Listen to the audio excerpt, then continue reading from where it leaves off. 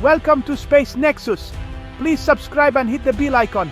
For more breaking updates tonight, we are witnessing a geopolitical shift.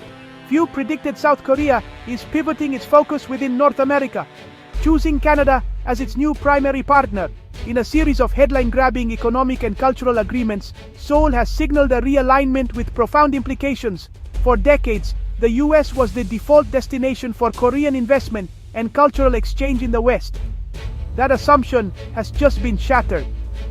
This isn't a minor trade tweak, it's a wake-up call for America's standing on the world stage. The centerpiece is the Seoul-Ottawa Strategic Solidarity Pact, prioritizing Canadian sectors like technology, green energy, and entertainment for new Korean investment. Streamlined visas and joint tourism initiatives will funnel K-culture tourists to Canadian cities instead of American ones.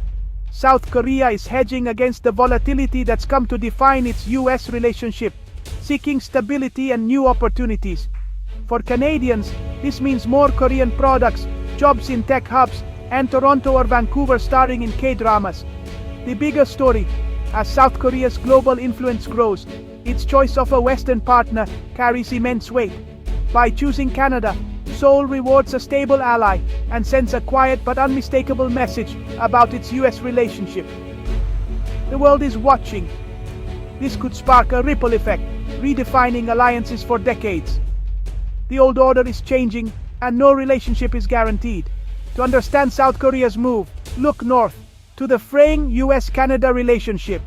Once the closest of allies, recent years have seen this friendship tested by aggressive U.S. trade policies and political rhetoric. Tariffs on Canadian steel, aluminum, and lumber have hit hard, prompting retaliatory measures and eroding goodwill. The tension is personal. More Canadians feel alienated by the U.S., and it's showing in the numbers. Canadian travel to the U.S. has plummeted, air travel down 24%, car crossings down over 30%. Canadians are choosing to spend their time and money elsewhere, a direct response to what many see as an unpredictable neighbor.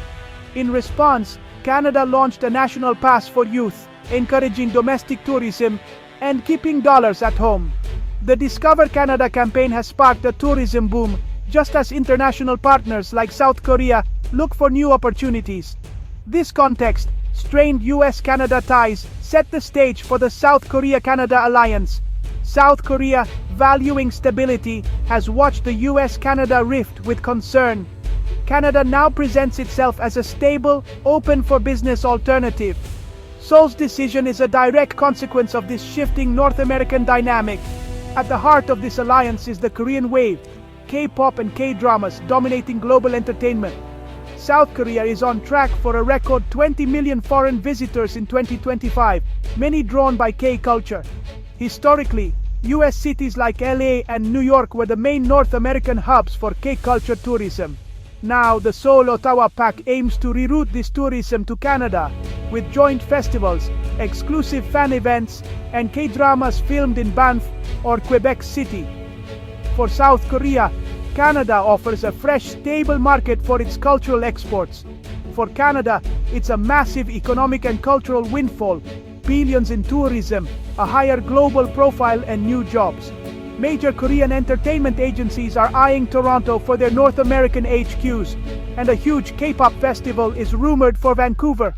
These aren't just concerts, they're economic engines, drawing tens of thousands of visitors. By embracing the Korean wave, Canada is reshaping its tourism landscape and forging a powerful new bond with South Korea.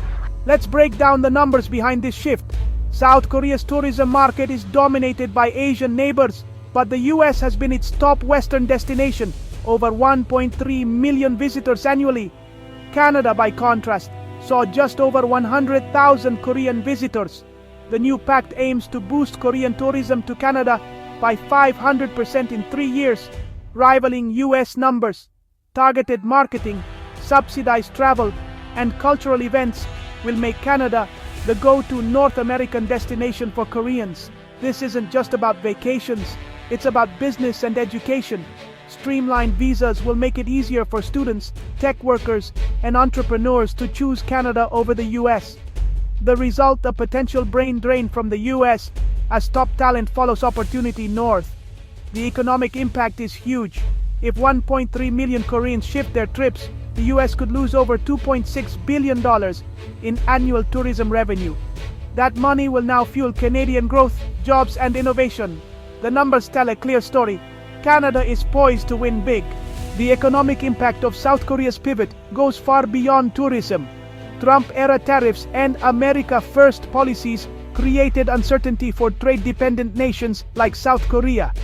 Korean giants like Samsung and Hyundai need stable supply chains, something the US no longer guarantees. Canada, with its political stability and membership in the CPTPP, is now the safer bet. The new pact will fast-track Korean investment in Canadian AI, battery manufacturing, and renewable energy. As Korean capital builds up Canadian industries, American competitors lose out. Tariffs meant to protect US jobs may end up driving investment and innovation to Canada instead.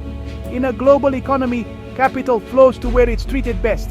South Korea's choice signals that America's unpredictability is costing it jobs, money, and influence. Electric vehicles are a critical piece of this new alliance.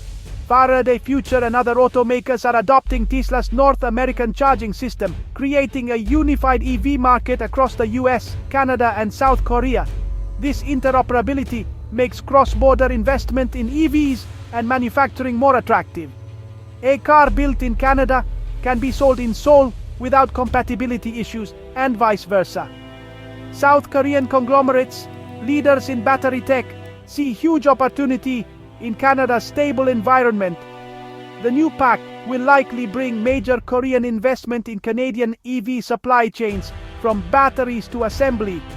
Canada offers raw materials, skilled labor, and predictability, creating perfect synergy for the next generation of electric vehicles. By embracing a unified charging standard and Korean tech, Canada is positioning itself as a North American EV leader. The US risks being sidelined as its partners build the future elsewhere. To make sense of these changes, I spoke with Dr. Evelyn Reed, an expert on East Asian-North American relations. She calls South Korea's move a classic case of strategic hedging, not abandoning the US, but diversifying for stability. Years of trade disputes and unpredictable US policy have eroded trust, making long-term planning difficult for allies. Canada's message of stability and multilateralism is resonating. Dr. Reed warns that the US is pricing itself out of the market for international friendship, not just losing tourism, but eroding trust. As partners like South Korea redirect supply chains and investment to Canada, American industries risk isolation. America First may sound strong, but in a global economy, isolation leads to decline. Dr. Reed believes this pact could mark a broader realignment among democratic nations. If the US is seen as unreliable, others will fill the void. Canada is doing that now. The message: being the biggest economy isn't enough. You have to be the best partner. This story isn't just about politics, it's about real lives. For a K-pop fan in Seoul, the dream trip now means Toronto or Vancouver, not LA. For Canadian workers, new Korean investment means jobs and a shot at green industry leadership. Small businesses in Canadian tourist towns will see a new wave of visitors and revenue. For Americans, the shift means fewer tourists, lost jobs, and missed opportunities. A South Korean student may now choose the University of Toronto over UCLA, bringing talent and tuition north. The choices made by leaders are reshaping personal journeys and economic destinies across the continent. This is about people's futures, not just headlines. Why should this story matter to you? Because it's a clear sign the world is changing. We're moving from a US-centered era to a multipolar world where alliances are flexible and earned.